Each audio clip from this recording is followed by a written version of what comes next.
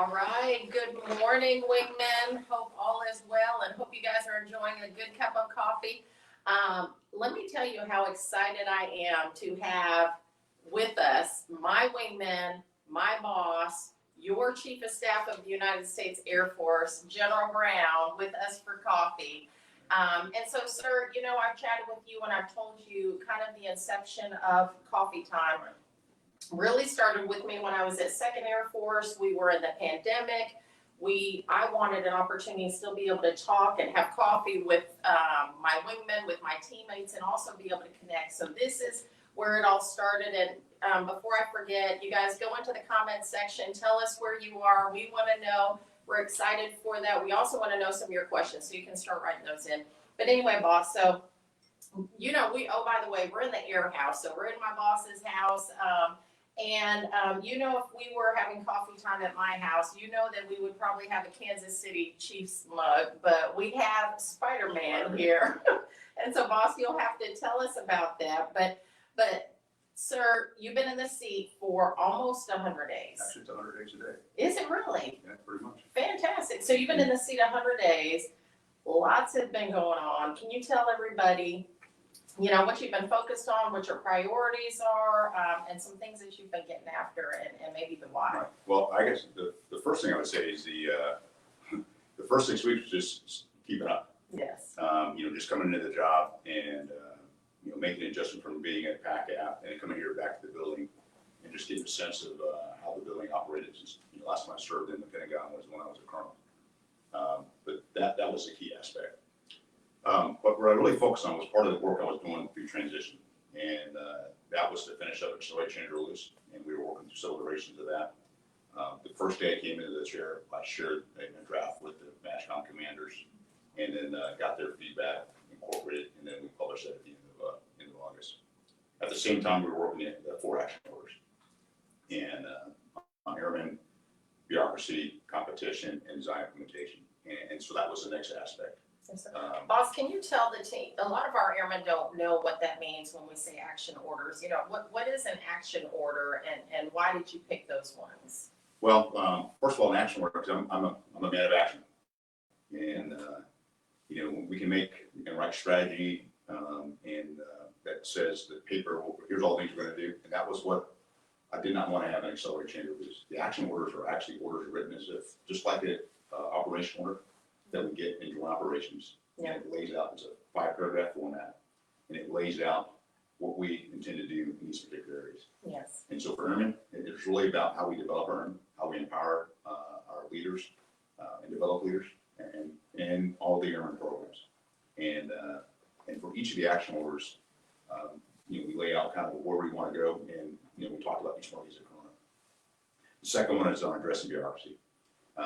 You know, there is working in Washington D.C. There is some bureaucratic processes, but I think there's probably more than we require in order to be able to move fast and be able to accelerate change. And so that's an aspect, and we're doing some analysis there.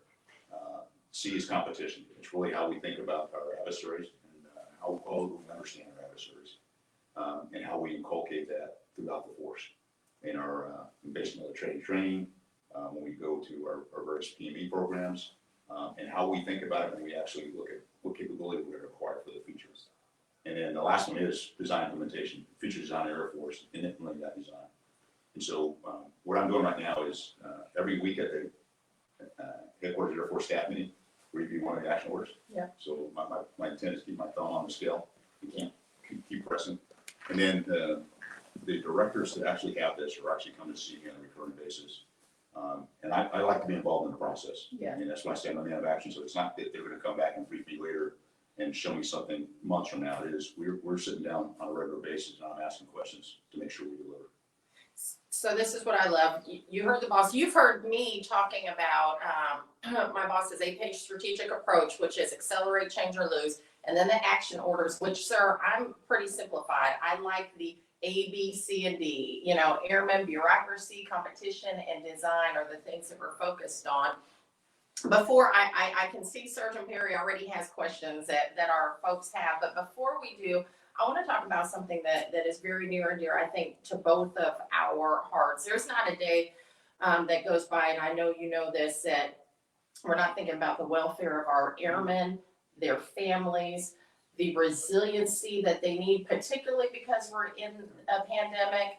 And of course, suicides, boss, and one of the things that, since I've been in this seat almost 90 days, that folks have been asking is, hey, Chief Bass, what are you guys gonna do about the suicides in the Air Force? Hey, what are you and General Brown gonna do about this? Or what do you say to that? What I say is, what are we going to do? Yeah. Okay, so I can lay out a piece of guidance. I can do a couple of things, but it's something that we as an Air Force all have to do. Yeah. And we are all part of the solution to this. And to me, it's some aspects it's about leadership. It's how we lead our airmen. What I want to actually provide the tools, the authority, the intent, and the tools to the field and to our airmen, and then let our leaders figure out how best to use that. I'll just give you maybe a couple of thoughts and a couple of examples. The resiliency tactical pause that we did last year versus being very prescriptive and saying, here's what you got to do on this particular day, here's the briefs you have to do. We actually let each one of the, we just said, here's the window, and you decide on how you're going to do this and how best to work for your particular community, for your particular base, for your particular unit. That's the approach I want to take. I was sharing with the team that I just finished listening to a book, No Rules Rules. Yeah. It's the culture reinvention of Netflix. It's a book about Netflix. And part of the book talks about you can do leadership by control or leadership by context. Leadership by control is me giving you specific things that you have to do. And if I did that, then I guarantee you that the force would actually come back and go, we don't like what you just told us to go do. Yes. But it's leadership by context. It's saying, here's what I want to do. I want to make sure that all of our airmen feel like they can come to work each day, feel like that their supervisor cares about them, knows what's going on in their life. And this is where leaders have to be involved, understand, and know their airmen. You just can't show up to work each day, but you got to know when they're having a good day or a bad day. And you are, there's two first lines of defense: the first line supervisor and the family. Yes. And this is where we've opened up some training for families, and that training is actually, is family friendly. Yes. Get rid of all their acronyms, make it so they can understand. Yeah. They may send something well before maybe a first line supervisor or a friend in the work section. And so that's the aspect of the things that we want to do. So there's also, I talked to A1Z this past week, and the programs that they've laid out with the call to action and some of the other tools. Those are out there. Yeah. But the aspect is we got to actually make use of those tools. Yes. And this is where leadership comes in. Yeah. And the other aspect of this is leadership development and how we provide them, the leaders, the tools. Yeah. We're in very complex situations right now.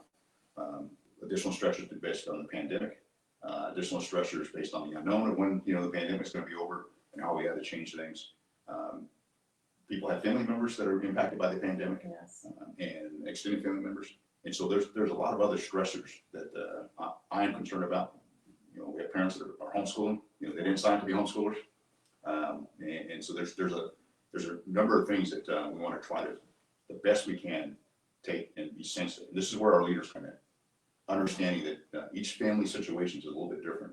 Yeah. And you got to adjust for that as you're going through, whether whether they're teleworking, and for some career fields, teleworking is not something you can do. You can't telework maintenance on an airplane. Agree. And so there's aspects of this that we all got to understand, that we all have different feeling dynamics. We got to be sensitive to that as leaders. Yeah. That to me is a sign of a leader that has that sensitivity, empathy, and then knows how to adjust to make their units successful. And that leadership, sir, isn't always going to be codified in an AFI. That's correct. And I tell people that all the time. So I will tell you, there are some gaps systematically in some of our resiliency efforts. And I want our folks to know that we are addressing those things, bringing stakeholders in to include the voice of the airmen and the voice of our families to help get after some of those gaps. And I look forward to our team. I know we said A1Z, that's our resiliency cell here in the Pentagon. I look forward to our SG folks and our resiliency folks helping us to get after some of those gaps. Do we have, I see you over there. We do, in fact, have some questions coming in. The first one's going to be from David Rich II. What are your thoughts on leading a new generation from a different society? Well, actually, I have sons that are probably about the same age as some of our airmen. Some of them, a little bit older, 27 and 24. So it's how I engage with them. And here's a good example. I always wanted to talk to the Suns, but I couldn't understand why they kept wanting to text back and forth. And that was a situation where for me personally, texting wasn't the thing that, I want to talk to folks. But now I've realized texting is the way you get things done, and you adjust. And so the key aspect for me as a leader is I got to adapt. And the thing I think about as a leader is I'm a student of leadership, and I'm always thinking about leadership. I listen to podcasts about leadership. The book I just talked to you about, it talks about leadership and how they lead within Netflix. I read books on leadership, so I'm always thinking about how to lead differently. And it's really, some of it's based on experience. In leadership, it is not one of those where everything goes perfectly. And I think the real test of leadership is how you handle in difficult situations. There's a quote I like from Martin Luther King Jr. And that quote, I adapted to make it gender neutral. But the real measure of a leader is not when they're in comfort and convenience. It's when they're in challenge and controversy. And right now we are in challenge and controversy. And that's the test of our leadership.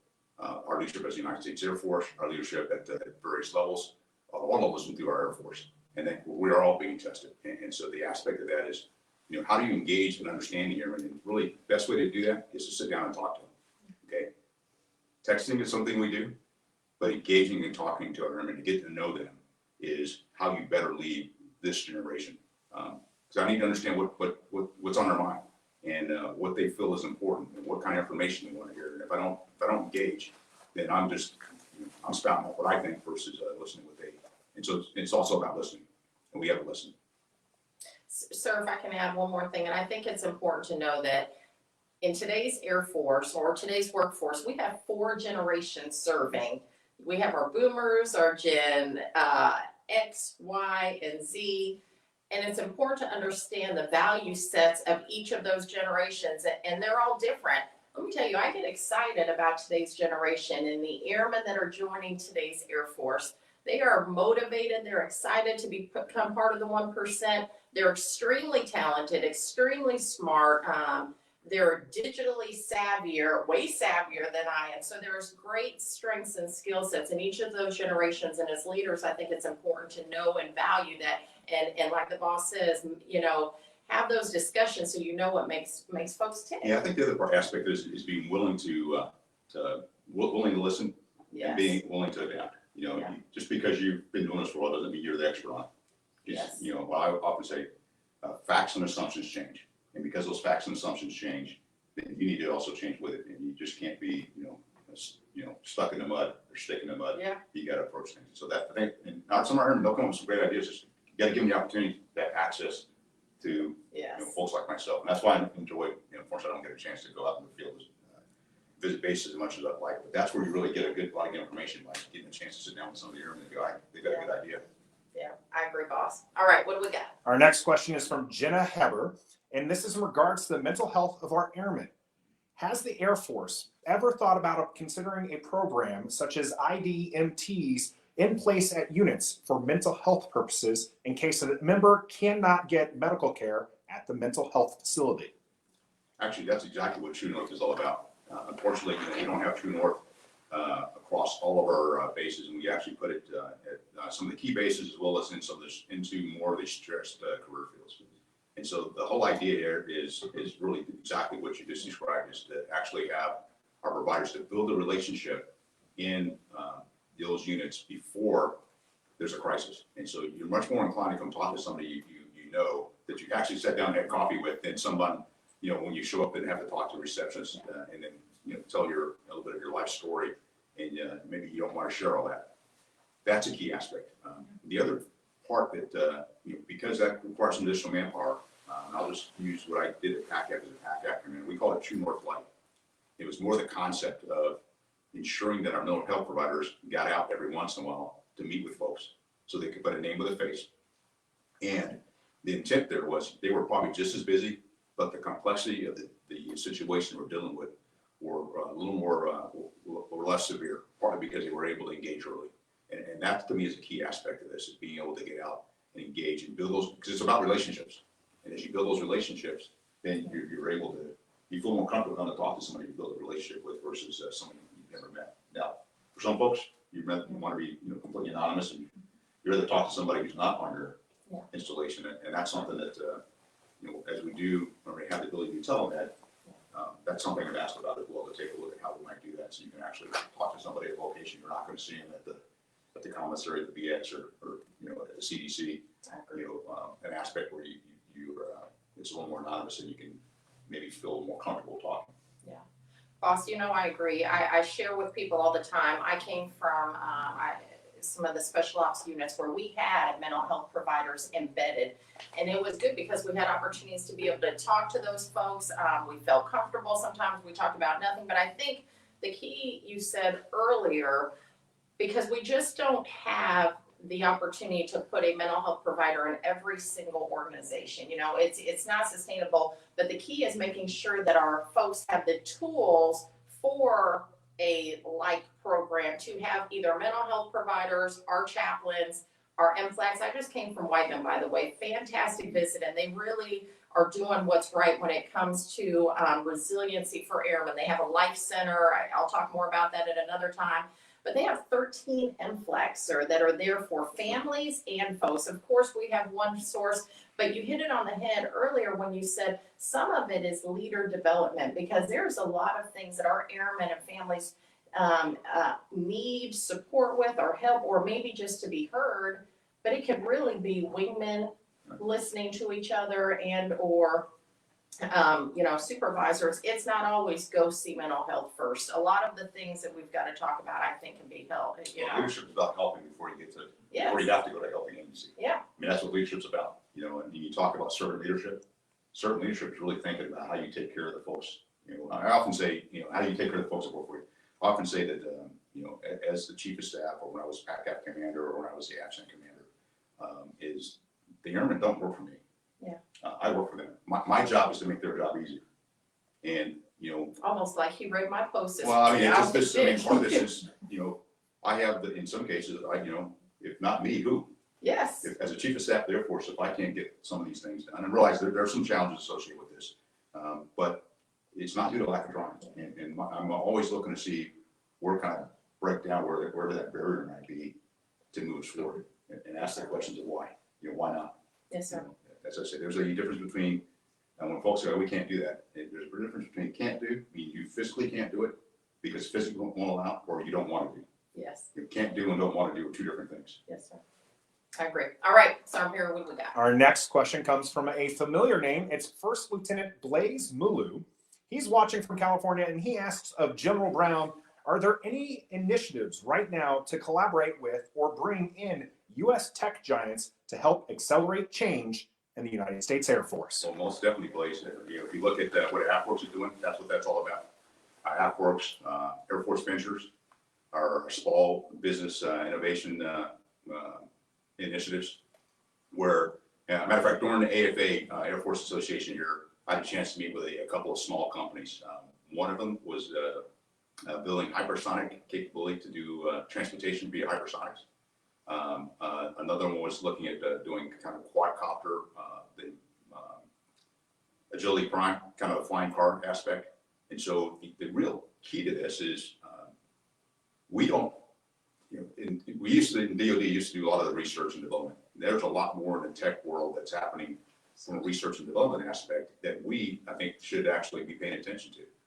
When I say we, United States Air Force and Department of Defense, because they are actually making some progress in doing some things fairly quickly.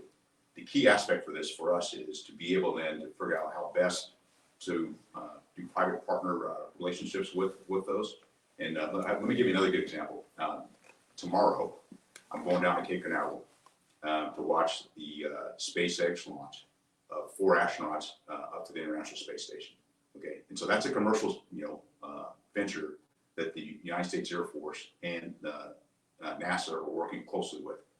That's the kind of ways we're able to work with. Either this is a larger company, but there's also smaller companies being able to do the same kinds of things. And then the last thing I'd add to that is our advanced battle management system and the on-ramps you've probably heard about.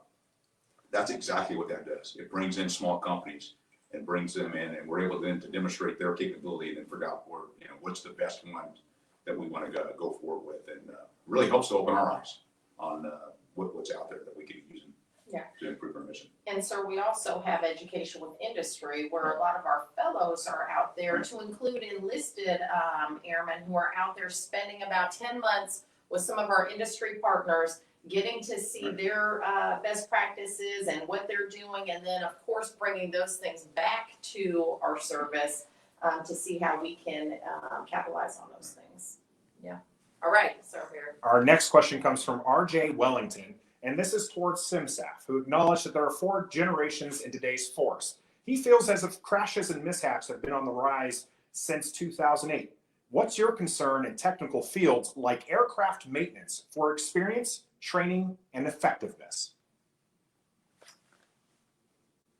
So right off the bat, I mean, obviously we have to have, aircraft mechanics and technicians that are proficient in their job, that are trained appropriately to move forward.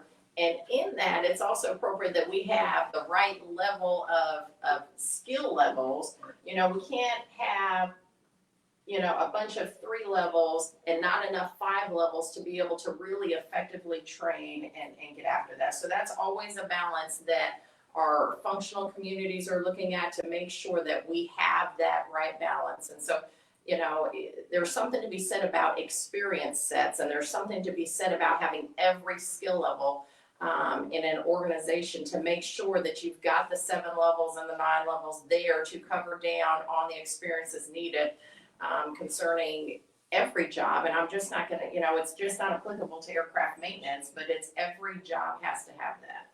No, agreed. No, agreed. And it's the balance of experience levels that, as we do some of our virtual aspects, whether it's pilot training next, maintenance next, that Air Education Training Command are looking at, is those opportunities. We look at how we, kind of goes to the question of these different generations. We all learn a little bit different. Yeah. Some folks are more visual learners than, versus those who look at it and have to read it. And, I think some of our younger generation are more visual learners, just based on the fact of, they grew up, they're digital natives, grew up playing video games. How many times do you actually get your new phone, your new tablet, your new laptop, or whatever, and there are no instruction manuals. It's pretty intuitive, and that's the aspect that we got to work to for our airmen as well. I agree. And so I'm pretty sure I told you that as I start traveling around, the folks that I have had on this last trip to Whiteman with me were 3 of our aircraft maintenance CFMs, and they're coming out with me because they want to spend some time talking to our maintainers, understanding some of the challenges they have from a policy process perspective, but most importantly, that training and development piece. And so goodness is coming forth. Our next question comes from Sean Neal Nowak. What is the Air Force doing to make PT a part of culture and not just a biannual test or annual test? Well, Sean, here's the, I'll tell you right now, I think it is a culture. When I was a lieutenant, I knew where the Burger King was. I didn't know where the gym was. That's a fact. I mean, I just very rarely went to the gym. And now it's a daily occurrence. Matter of fact, I got up this morning, I worked out this morning, and I work out 5 to 6 days a week. And now what I look at is when I travel and go to different bases, I actually go to, I go work out when I travel, so I get a chance to look at the gyms. But it's not so much I look at the gyms. The gyms are fairly crowded. So there is quite a bit of culture already for our airmen. And the way I look at our PT test, to me, that's just another workout day. It's just a different workout, because I do a mix of workouts. And, I don't have a single type of workout. I mix it up. And so to me, it's one of those things. And if you only work out just to get ready for the PT test, then you're doing something wrong. And the key aspect for all of us is making it part of our lifestyle. And I think many of us do it these days.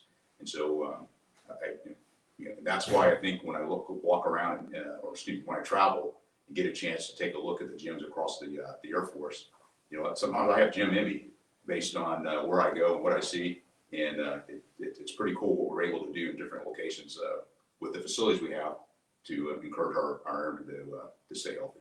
Yeah. One of the best gyms I've ever been to, boss, was at Offutt Air Force Base.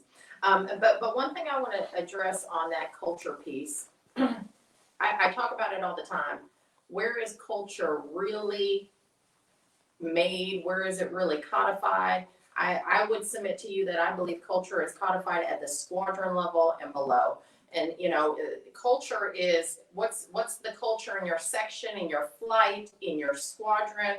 We can do a whole lot of things from our seats, but we can't change a culture in a section or a flight or a squadron. So that each and every airman has a responsibility. I would add one other piece to this, is that right now, because of COVID, getting to the gym is a little more difficult.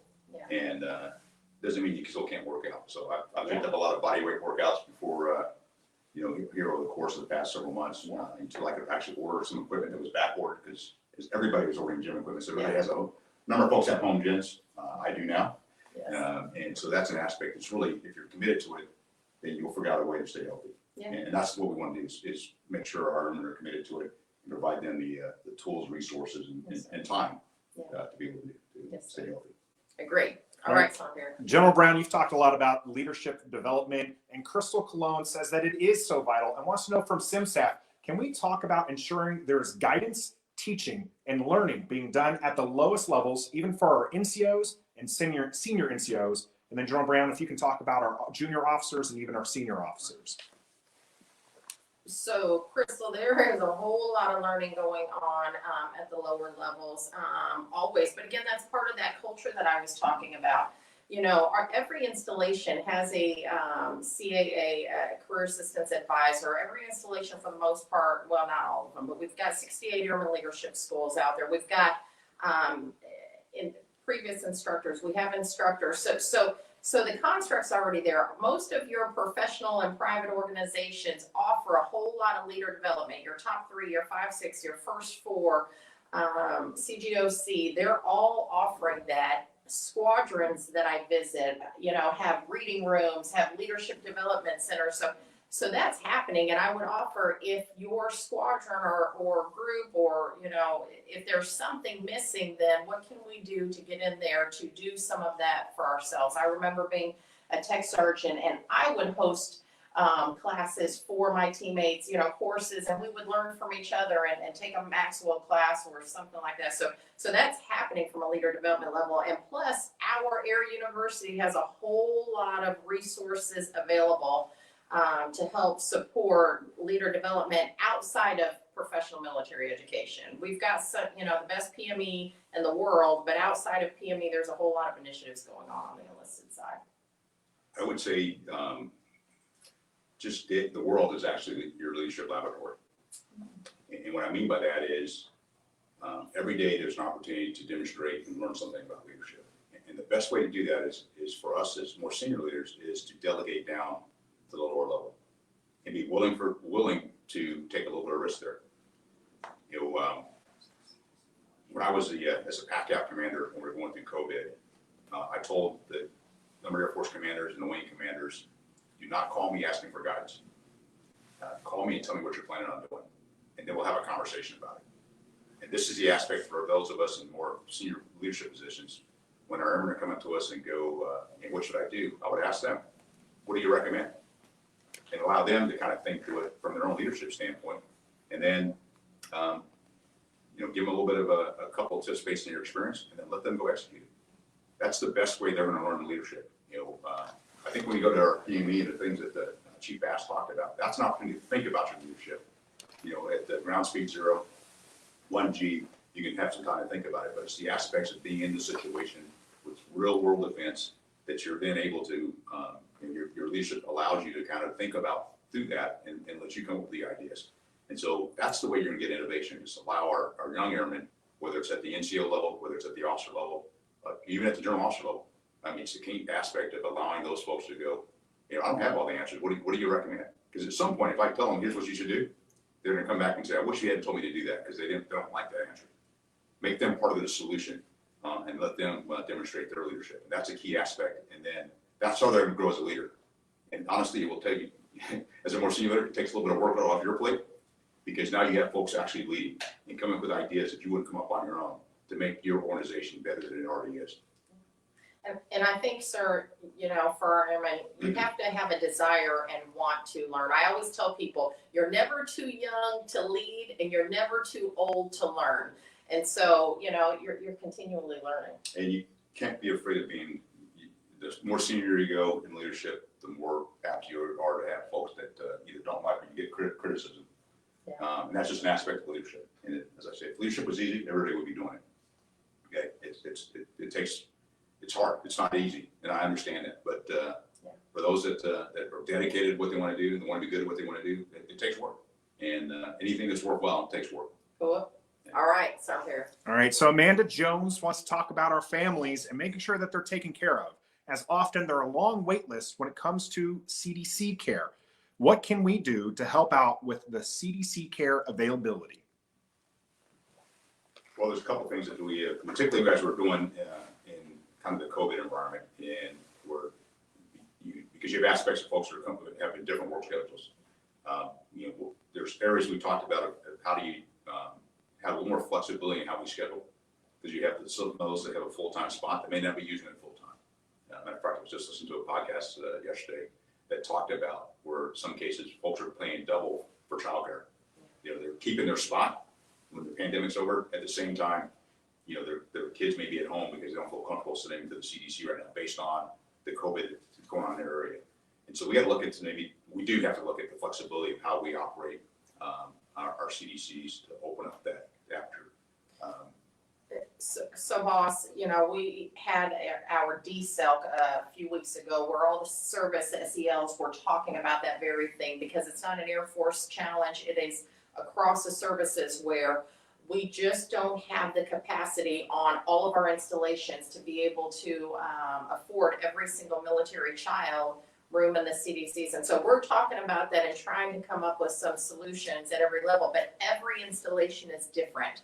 And so the best thing, Amanda, is to make sure that your leadership chain, your first sergeant council, your chiefs, and your, most importantly, they'll get that word to your installation commander, is they've got to figure out some creative ways as well. And every installation is different. I was talking to the Navy MCPON, who shared that one of his units out in San Diego has worked with folks off base to do some partnering with off base daycares to be able to have a joint partnership. So they have the facilities, they have the room, they need some more children, and so there's partnering going on. So make sure your installation levels are doing that, and we're doing our part on our side to try to figure out some creative solutions to get back to a place where we need to from a capacity standpoint. Probably going on some of those creative solutions. Paul Ogletree wants to know, CMSAF, what's the plan for enlisted promotions? That is a big question, Paul. So let me tell you, there's no changes for enlisted promotions in the very short-term future. Anybody who's heard me talk knows that I'm very focused on the long goals and where we're going on the end state. I'm very focused on what 2030 and trying to lay a solid foundation for the future. We'll make some short-term fixes, intermediate fixes on all things involving the enlisted evaluation system and promotion system. But right now, there's not a whole lot of big things that we're going to make changes on when it comes to enlisted promotions right now. You have heard me talk about it. I won't rehash it right now. You can, look up the things that I've said about experience. We value experience. We need to get to a place where, our NCO Corps has some experience, and so the how we'll get after within the next few months, and hopefully the beginning of 2021, we'll have some minor tweaks that we'll push out. All right, our next question comes from Alex and wants to know, in regards to the evolution of cyberspace in the modern world, what is the direction that the cyber career field should go towards? Well, it's going to probably grow. When you think about the aspect, Alex, of where we are right now with how much we use cyber. Cyber wasn't even a thing when I got my first email address when I was a captain. Now I've probably got probably 10 different email addresses between personal and work email addresses. But that's an indication of how cyber, the importance of cyber, how it becomes part of our day-to-day life, but how we operate. And because of that, the thing we will have to kind of pay attention to is making sure we have the right force mix across the Air Force to actually execute in the cyber domain. And so that may change the mix of, from me being a fighter pilot, from my background, maybe there's less fighter pilots and we have more cyber operators in the future is a good example. And that's the aspect of what I think through going forward. It also goes back to one of the previous questions about how we work with kind of the tech sector. And we don't necessarily have to do all of it internal to the United States Air Force, but how we build that relationship and that partnership with the tech sector so they can help us really move faster in the cyber realm. All right, Sir Perry. All right, so Dave Peralta asks, specifically for maintenance, are we considering dropping AFSC shreds or any other retention initiatives? The retention issues are often related to airmen that are uninspired by limited opportunities. Well, let me talk about retention. You may think we have a retention problem, but right now all the indications are retention is up. Okay, and so now I will say, in some cases, folks got put in a career field that they'd rather be in someplace else, and that's something that I've talked to Chief Bass about. Because when I travel, when I meet airmen, I often ask them, I go, so whatever career field they're in, I go, is this the career field that you wanted, or is this the career field you got? And in some cases, based on needs of the Air Force, folks you figure out their aptitude and their interests lie someplace else. And so the ability to cross-train, assuming that we have the right mix, allowing folks to cross-train is one way we help, help them morale for that particular end. Getting rid of shreds. We went down this path when I was a colonel, and I was a wing commander at Kunsan, and I'll just tell you, getting rid of the shreds was probably not the best approach, because what you had was a number of airmen, more experienced airmen, 5 and 7 levels showing up, and this is the first time they've worked on that particular airplane, and it just didn't work out as well, which is why we went back to shreds. And so you do have to have some basic maintenance skills, but you also, because of the complexity of the platforms we operate, the airplanes we operate today, it's important that you actually have some skill sets and depth, particularly if you're going to be in a more senior position. That's why the shreds are important as we go forward. Yes. So the only thing I'll add to that is, sir, as I mentioned, the CFMs are traveling and spending time talking to the maintainers at ground level, getting after some of the concerns and the focus areas, and they're excited because they're taking back homework on how do we make sure that, again, we're modernizing training, how are we getting after the policies, how are we looking at retraining in a different way. So we're moving out, we're accelerating the change needed in that functional area. It's coming. Well, I do appreciate the fact that you're taking the career managers out with you, because this is a way that, here in the Pentagon, it has to go through X number of levels before it gets to someplace. Yeah. And the fact that they're able to go, right to the source of the airmen and have a chance to talk to them and get some direct feedback. Yeah. And then you go, okay, after you've been to several different locations, you start to see a trend. Yes. And then from there, that gives us the opportunity to hear from our airmen up front. Yeah. And they'd be able to take that and action much faster than we would if it was a staff package. Agree. And so that's all about bureaucracy, getting rid of some of that bureaucracy and going face to face and getting some real time information and knowing some things you need to change, that we can go in and get rid of some policies. Yes, sir. That have been slowing us down. Yes, sir. And you made me think about something that my bosses always talk about that I love, folks. Less slides, more dialogue, less dialogue, more action. That is how we're moving out at this level. So just know that, people. Yeah, so if you come to brief me, and I like read aheads because I'll read them. I actually read the read aheads. If I get it right before, it's a carry along versus a read ahead. I do the read aheads, and then actually sometimes when folks come to brief me, they don't necessarily brief. We have a conversation, because there's some things that I know that they don't, and there's some things they know that I don't, and so they're going to tell me what they think I need to know. Well, they don't, that's not always exactly what I think I need to know. And so I'm going to ask a few more questions, and that actually helps us move the ball faster, because we're going to have some good dialogue, good discussion. And so I really, I worked for General Mattis when I was a 1-star, and he talks about it in his book, called Same Chaos. And he says, PowerPoint makes you stupid. Okay. And so he really believes in writing narratives, and I believe that as well. You write out, because you can put anything on a PowerPoint bullet. And that PowerPoint bullet, then if you're not sitting there talking about it, then folks then will have a different impression or different interpretation of what you really mean to say. And so it's better to write it out, but it's also good to have the dialogue. And so that's why, less PowerPoint slides, more dialogue, and then I like action. I like, POEMs, programs of actions and milestones to map out what we're going to do. Don't talk to me about all the things we could do. No, what are we going to do and when we're going to deliver on it. And that's the way I approach things. I love it. So here's what the headline's going to be: PowerPoint makes you stupid. But no, hey. So here's what I'm telling you: That's true. when we are out, don't spend a lot of time on those PowerPoints, because it's really connecting with airmen, etc. But what I'm not telling folks who are watching this, go to your next staff meeting and tell your boss, hey, I didn't do any slides, because that is not the intent. Okay, so just throwing that out there, because that's what 1,000 airmen just heard. All right. Forrest Bradley wants to know, is it possible to have an honest discussion about concerns like toxic leadership? Sure. That's where feedback is. That's the idea of 360 feedback. Because the beauty of 360 feedback is you're able to see the complete individual about how they operate as a leader.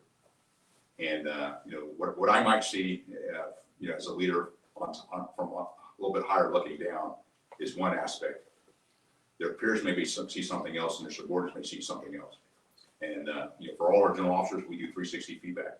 I know there's other parts of the Air Force where when I left PACAF, we were trying to implement some easy 360 feedback tools so you can get that feedback. But also, let me talk about the definition of toxic leadership. Okay, because a leader is actually holding people accountable. There's a difference between accountability and toxicity. And just because folks, you have a leader who's actually a little harder, sets expectations and hold people accountable, is not necessarily toxic. But there are certain folks that think that's toxic because that's the first time they've been challenged and been held accountable. Okay, and so with leadership and responsibility comes accountability, and that's an aspect that we got to be thinking about. Now, by the same token, as a leader, there's a way to do this without being toxic. And so it goes kind of both ways. The leader being able to approach it and not be toxic, but also if we delegate down to a lower level, like I did, like I talk about, then there's a level of responsibility there.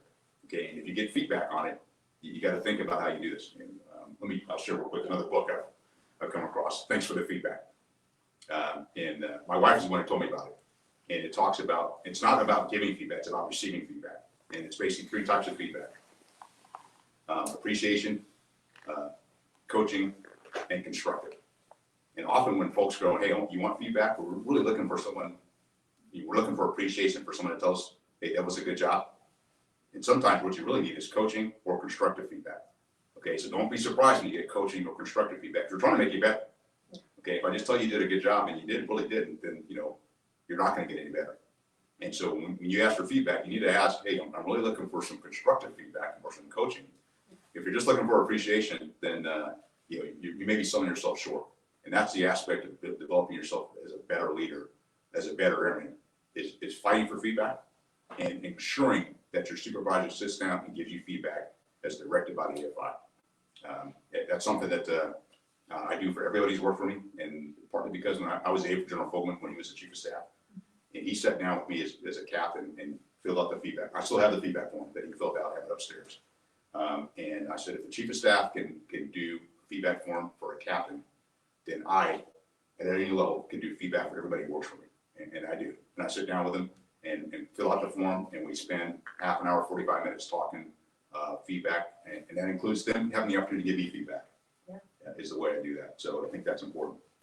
So, boss, that is important, because I'll be honest, in my 27-year career, I haven't always gotten critical feedback or feedback that could help me really improve. Oftentimes it's, hey, you're doing great, and that's it. And to your point where you're talking about coaching and feedback, etc., tough love is still love. I tell people all the time, if we care about you, we are trying to help grow and develop you when it's not good. And I think it's a fair question to ask about toxic leadership, because words matter. are there going to be people around us who are toxic? I'm certain there are, but we need to be mindful of that because to your point, toxic leadership is not just, hey, I don't appreciate what you said or how you said it, and that now I deem that person toxic. We've got to be very mindful of that. Now, for the leaders that we do have that really are just not creating the culture and the climate that we need, and we can deem that to be toxic if you want, we at all levels of leadership have to hold folks accountable at every level. Yeah, I think the other aspect is you can you get a sense when you evaluate the climate surveys, gives you some indication.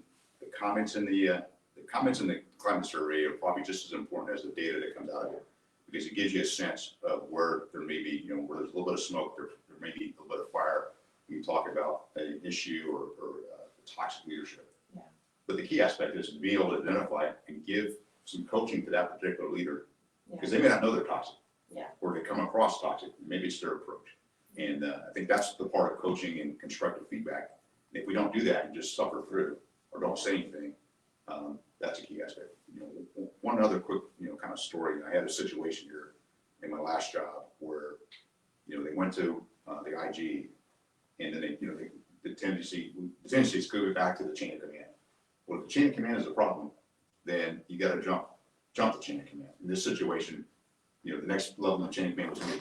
Yeah. And so, getting to my office through swiping in and getting through several gatekeepers that monitor my calendar, these individuals are going to have a hard time talking to me. Yeah. And so we've got to actually, feel comfortable that in some cases, you may have to jump the chain of command to actually highlight that there is an issue. Yes. And that's why 360 feedback to me is important. Yeah. Thanks, sir. All right, so here. All right, so Jessica knows that we recently had the uniform board. And CMSAF, you were a part of that. What can you tell us about the considerations that were had, especially in concerns to modernizing female hair policies? All right. Hey, Jessica. So we did have the Air Force Board. It was 4 days last week. Lots of fantastic input from our airmen. We had over 1,000 submissions. It was a lot, sir, of things that our airmen want to see from a uniform board perspective, from uniforms to dress and appearance, hair, beards, all sorts of stuff like that. We have compiled the board itself, made up of your peers and your teammates, representation from every major command, gathered together, and they cut all of those submissions down to about 55 recommendations that now have to go from the board to you, sir. And so the A1 team is compiling what those are. We can't talk a whole lot about what the recommendations are from the board. We'll release that later, but we've got to provide an opportunity to give that to my boss so that he can look at what some of those things are. From a D&I perspective, I'll tell you, we talked a whole lot about how female hair standards probably need to change. And not because of physical appearance, but really because of the health issues that come along with that. We've talked to thousands of female airmen with respects to headaches, alopecia, loss of hair, and things like that. And so I think we'll see some goodness on that front. Good. I'm looking forward to all the good ideas that came out of the uniform board. So I understand there's a lot of good ideas. There were. I don't know that we're gonna do capes. I feel safe. I feel safe to say I don't think we're gonna have capes or kilts. I'm sorry. I know some airmen put that out there, but you can imagine you're a superhero like Spider-Man. Just imagine that you were. It was put out there, people. All right. So from Tuscany, this is for General Brown. Sir, how can airmen and young NCOs implement your accelerate, change, or lose priorities?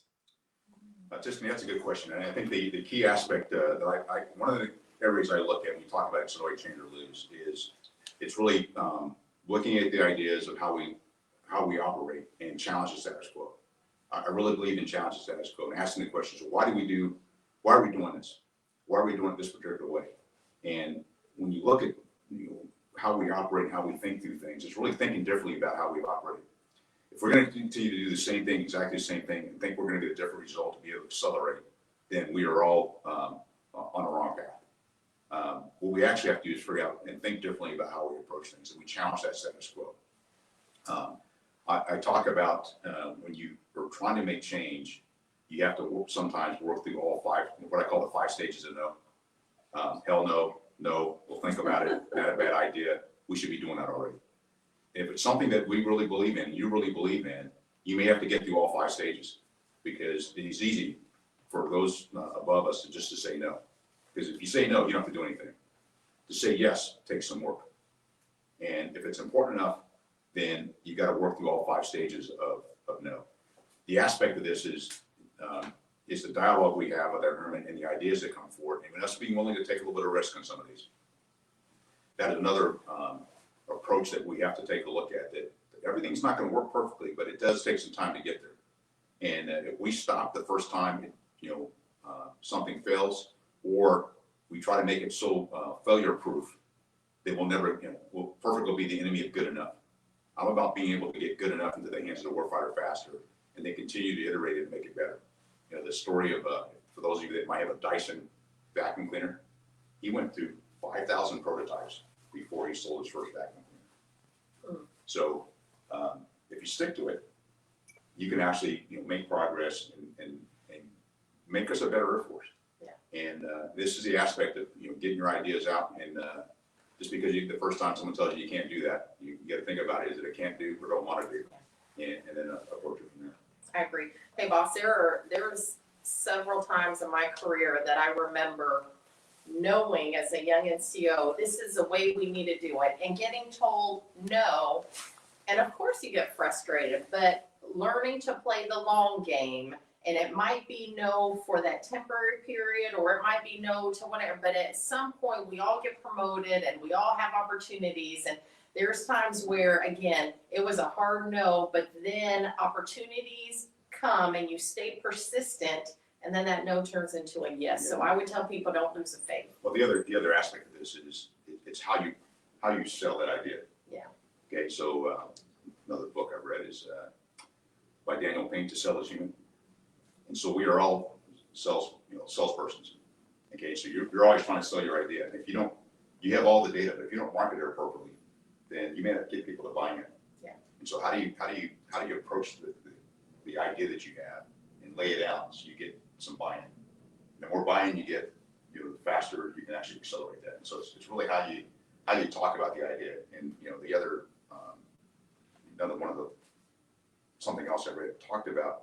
You also got to talk about the challenges that come with it, because if you don't talk about, here's maybe some other, either some warts on it or some issues with it, it'll sound too good to be true, and that's where folks get nervous. If everything's perfect, you go, okay, there's something fishy here. Yeah. You also got to say, hey, here's some things that are not quite worked out yet that we still need to work through, and this is where I need your help, because you maybe have somebody who has that expertise you're bringing into your team to go, I don't know how to solve this part of the problem, but you may be able to help me. And this is where you see in outside the Air Force and industry, you bring folks with different ideas, diverse backgrounds, and come together and look at the problem differently. And they'll help come up with the idea. I agree. So we are going to I think the boss has already name dropped 3 books. We're going to make sure that those are in the comments. This is good stuff. I look forward to reading them. All right, so All right, so we are coming to a close here. We got to refill these cups. But you both have been noted as leaders who are the first or only in your positions. What are your thoughts on leaders who are different, and what do you hope airmen learn from your example?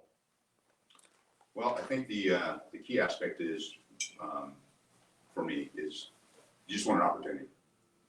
And it's not so much that I look at myself as the first African American service chief for any service. It's the fact that I just want to have opportunity to compete.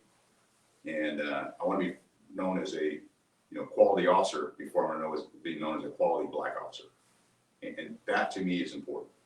And I think for all of our airmen, regardless of race, gender, ethnic background, they just want an opportunity. And this is where we as leaders need to take a look around our organization and look at those that have the right qualities. And what I mean with right qualities, the right leadership qualities. They've proven themselves in their jobs, and take all that into consideration. And also take a look at those that sometimes don't always speak up, aren't always visible. They speak their nose to the grindstone, getting things done. And we got to make sure that they have the right visibility at the right levels of leadership. And so I encourage our leaders, if you have somebody who has talent and is buried someplace, you need to get them out so they can be seen, not just in your organization, but in other organizations to help advocate for that particular individual to bring them along. I think the last thing I'd also add to this is that by myself and Chief Bass in our position, we proved that, we showed our young airmen that anybody could have this job. Okay, anybody who has the right skill set, it doesn't matter. You have the opportunity to be in these positions, and that's, ideally, that's why I think I'm in this position, is because of my skill set, not because I'm African American, but it's based on my skill set. And I will tell you, because I'm the one that hired Chief Bass, it was the same thing, based on skill set, and that's the way I look at it. And I'll let the Chief make a few comments.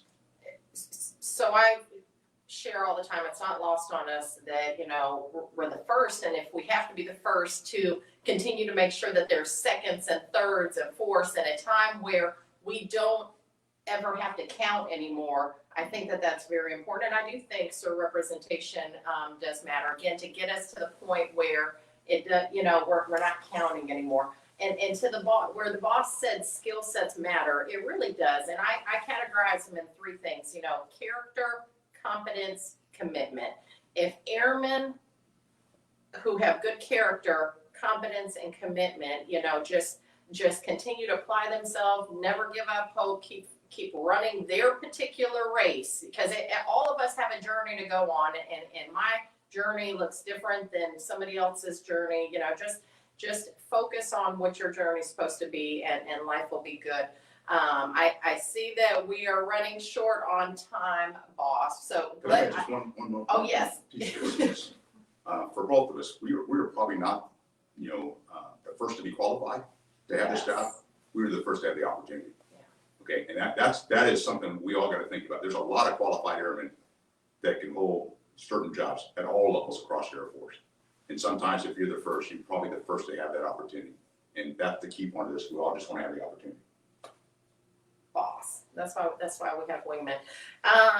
As I get ready to just share some closing words, sir, I would love you to have the final words. But what I want to leave with our folks is, one, thanks for sharing this hour with us. You can see why I was excited to have the boss here. I've been trying to get you here on the first episode, second episode, but the chief of staff is busy. We're getting after things in our Air Force. We're thinking very much long game. What's the future of the United States Air Force need to look like? How do we need to present our forces? What are the airmen we need? And so we're very busy with that. But I have a few things just, for the team, real quick. As we get ready to head into this holiday season, I want to make sure that you guys are taking care of yourselves, that you're taking care of your families. We are still in a pandemic. COVID has not gone away. There's still a lot of stressors that are going on. So again, take care of yourself, take care of your families. Most importantly, take care of each other. There's still ways to connect and take care of each other and look after each other as teammates. So make sure that you are doing that. Make sure that you're leaning on each other. And lastly, again, I always start off with a thank you. I close it out with a thank you. Thank you for all that you do on behalf of our nation, on behalf of our Air Force.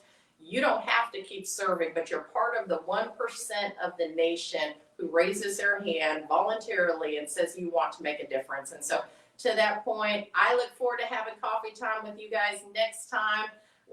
Had a blast with my boss, and can't wait to have coffee time with him again too. And it was again a treat to be able to showcase boss, who I get to see more often, to the rest of our Air Force. And so with that, sir, over to you. Well, Chief, first of all, thanks to everyone for tuning in today. I appreciate the questions.